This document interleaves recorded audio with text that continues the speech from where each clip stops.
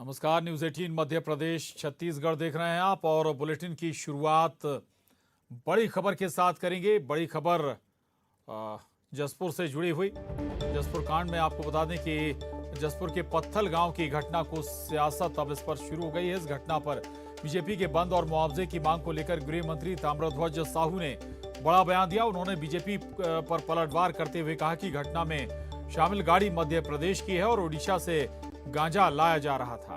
दोनों जगह हमारी सरकार नहीं है। रमन सिंह और धर्मलाल कौशिक समेत तमाम बड़े नेता को मध्य प्रदेश के सीएम शिवराज सिंह चौहान से मुआवजा मांगना चाहिए और वहां की सरकार का घेराव करना चाहिए। तो ये बड़ी खबर है जसपुर कांड से जुड़ी हुई। गृह मंत्री ताम्रध्वज साहू का बीजेपी पर पलटवार। गृह मंत्री ताम्रध्वज साहू ने बड़ा बयान दिया। उन्होंने बीजेपी को निशाने पर लेते हुए कहा है कि घटना में शामिल गाड़ी मध्य प्रदेश की है और उड़ीसा से गांजा लाया जा रहा था।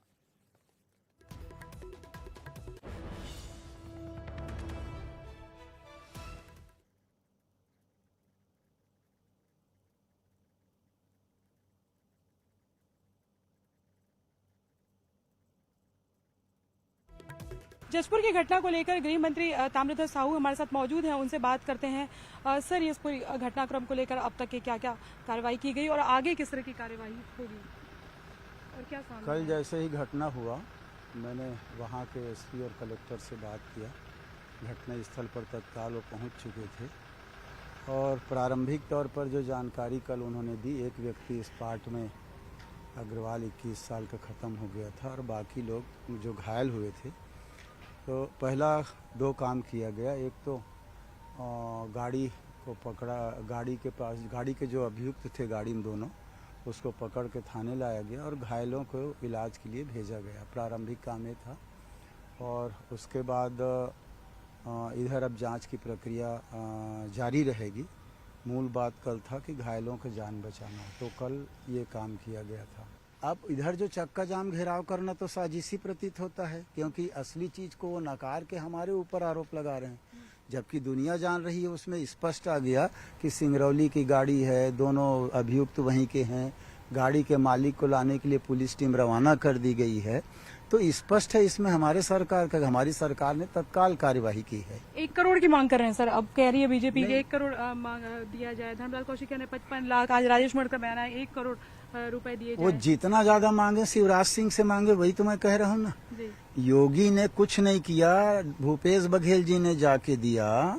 हम तो अपने यहाँ के हर घटनाक्रम में सहयोग करते हैं मानवीय आधार पर, हमारे मुख्यमंत्री जी करते हैं, पर उनको थोड़ा भी है, उनमें मानवता है भाजपा वालों में, तो शिवराज सिंह से मांग करें और शिवराज सिंह को अपराधी घोषित करें, क्योंकि उनके मध्य प्रदेश की गाड़ी, मध्य प्रदेश के लोगों ने हमारे यहाँ आके गाड़ी चढ़ाया है और हमारे लोग की हत्या हुई है और घायल हुए हैं। मध्य प्रदेश के आदमी, मध्य प्रदेश की गाड़ी, मध्य प्रदेश में स्मगलिंग, उड़ीसा हमारा, वहाँ भी कांग्रेस की सरकार नहीं, गैर कांग्रेसी सरकार।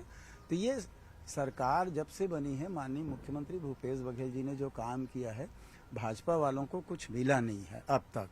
तो कहीं कभी धर्मांतरण की बात, तो कभी सांप्रदायिकता की बात, तो कभी इस प्रकार की बात उछाल कर अपना मुद्दा बनाने की कोशिश करते हैं, जो गलत है। मुद्दा है तो शिवराज सिंह के अगेंस्ट में है और धर्मलाल कौशिक, रमन सिंह, भाजपा वालों को शिवराज के अगेंस्ट में चक्का जाम घेराव धरना करना चाहिए, शिवराज के पुतला दहन करना चाहिए और भूपेश बघेल जी से माफी मांगनी चाहिए। तो ये है गृहमंत्री ताम्रध्वज साहू और उनका कहना है कि बीजेपी के तमाम बड़े लीडर्स को शिवराज सिंह चौहान से मांगना चाहिए तमाम मुआवजा और न्याय। कैमरा पर्सन रोहित के साथ ममता लांजेवार, न्यूज 18 छत्तीसगढ़, रायपुर। और ब्रेक के बाद बड़ी खबर है दिल्ली से। सोनिया गांधी के आवास पहुंचे हैं छत्तीसगढ़ के मुख्यमंत्री भूपेश बघेल। सोनिया गांधी से मिलने उनके आवास पर पहुंचे हैं और प्रियंका गांधी से भी बताया जा रहा है कि मुख्यमंत्री भूपेश बघेल मुलाकात करेंगे। तो ये बड़ी खबर है दिल्ली से। सोनिया गांधी के आवास पहुंचे हैं मुख्यमंत्री भूपेश बघेल, सोनिया गांधी से मुलाकात करेंगे। इसके अलावा माना जा रहा है कि प्रियंका गांधी से भी मुलाकात होगी मुख्यमंत्री भूपेश बघेल की।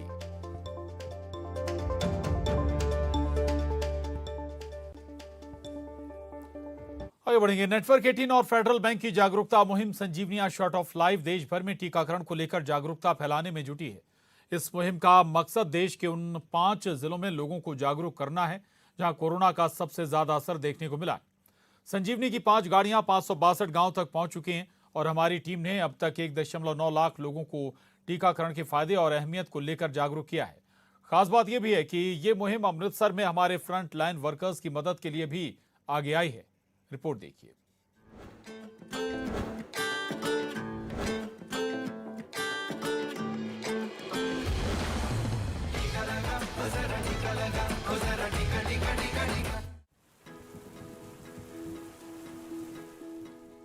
It's a great feeling here to be here in Atari, especially because we are on the borders. And what I understand is that the expectation or the targets that we had for vaccination in this district of Amritsar is already achieved. That indicates the willingness of people around to accept the vaccination, though there was a lot of resistance in the beginning. टीकाकरण को लेकर network 18 और federal bank की जागरूकता मुहिम Sanjeevani a shot of life Punjab में अमृतसर जिले में भी बेहद ही कामयाब रही। इस जिले के लिए तय किए गए लक्ष्य रिकॉर्ड समय में हासिल कर लिए गए। महज 1 महीने पहले जब यहां इस मुहिम की शुरुआत हुई तो टीकाकरण को लेकर लोगों में बहुत ज्यादा डर और झिझक का माहौल था। Because people generally lacked the awareness towards it because there was no information dissemination that was happening at the grassroots level. So we had made it a point to conduct one-on-one health visits, conduct mass awareness, so that and spread posters, pamphlet in language in the simplest form in layman terms, so that they can understand that this is something which is quite serious and it's still present. लेकिन अब ये जो youngest हैं जो NGOs हैं बहुत काम कर रही हैं, इनके अब लोग बहुत उनका जो कहने के माइंड जो बहुत चेंज हो चुका है। They are now willing for the vaccination. Impact कैसा रहा है? नहीं, बहुत अच्छा रहा। वी आर हैप्पी कि जो काम पहले नहीं हो रहा था अब वो खुद चल रहा है, हो रहा है। इस मुहिम ने एक कदम आगे बढ़कर अमृतसर के स्वास्थ्य कर्मियों को कोविड-19 से सुरक्षित रखने के लिए अच्छी क्वालिटी के सुरक्षा उपकरण भी मुहैया कराए। Very much satisfied. I have been going around in the country and I've seen the kind of enthusiasm shown by the people around there in these places where I have visited. I'm very happy that we could start this program, and we were in fact one of the beginners or one of the pioneers in this drive, and this is bringing us results, bringing the country results. I'm very happy about the outcome.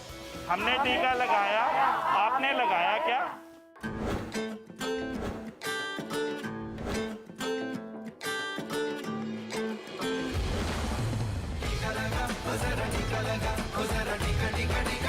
और news 18 की खास मुहिम mission साहस के जरिए MSME sector में आगे बढ़ने के बेहतरीन टिप्स साझा करेंगे जाने माने MSME एक्सपर्ट विनायक नाथ। इस श्रृंखला में विनायक नाथ से जानिए MSME में स्किल के साथ अनुभव भी क्यों है जरूरी। देखिए मिशन साहस में इस शनिवार शाम 4 बजे सिर्फ न्यूज 18 मध्य प्रदेश छत्तीसगढ़ पर।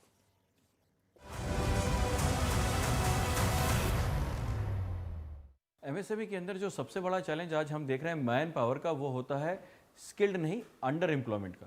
ज़्यादातर जो ट्रेनिंग इंस्टीट्यूट्स हैं जो भारत में इस वक्त भारत सरकार ने बनाए हैं, एंटरप्रेन्योर डेवलपमेंट इंस्टीट्यूट या ITIs, ये हमें स्किल्ड मैन पावर तो उपलब्ध करा रहे हैं लेकिन एक्सपीरियंस नहीं होते। उसकी वजह से जब हमारे पास MSME में ये नए वर्कर्स आते हैं तो इनके पास ये इक्विपमेंट की समझ तो होती है लेकिन काम करने के तरीके की समझ नहीं होती।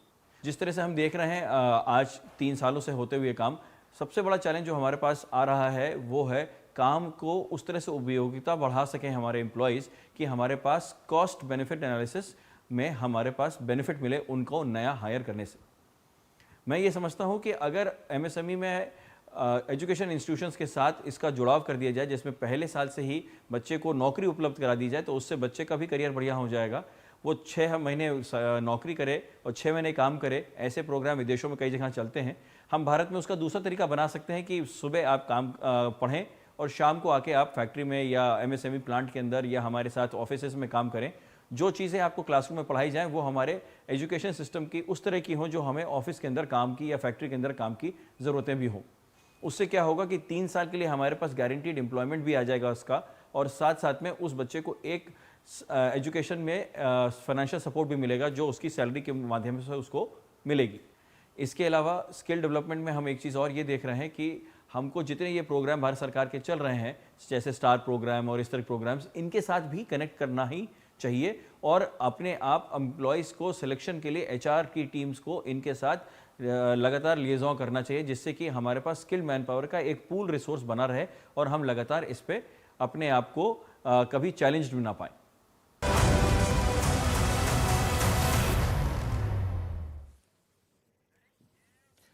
और आज मिशन साहस और में बस इतना ही। कल आपको दिखाएंगे कि कड़ी मेहनत से चुनौतियों को मुंहतोड़ जवाब देकर इंदौर की पल्लवी व्यास ने किस तरह डेयरी और ऑर्गेनिक फार्मिंग को दिया विस्तार। साथ ही जानेंगे स्टार्टअप को आगे बढ़ाने से जुड़ी जरूरी जानकारी और सुझाव।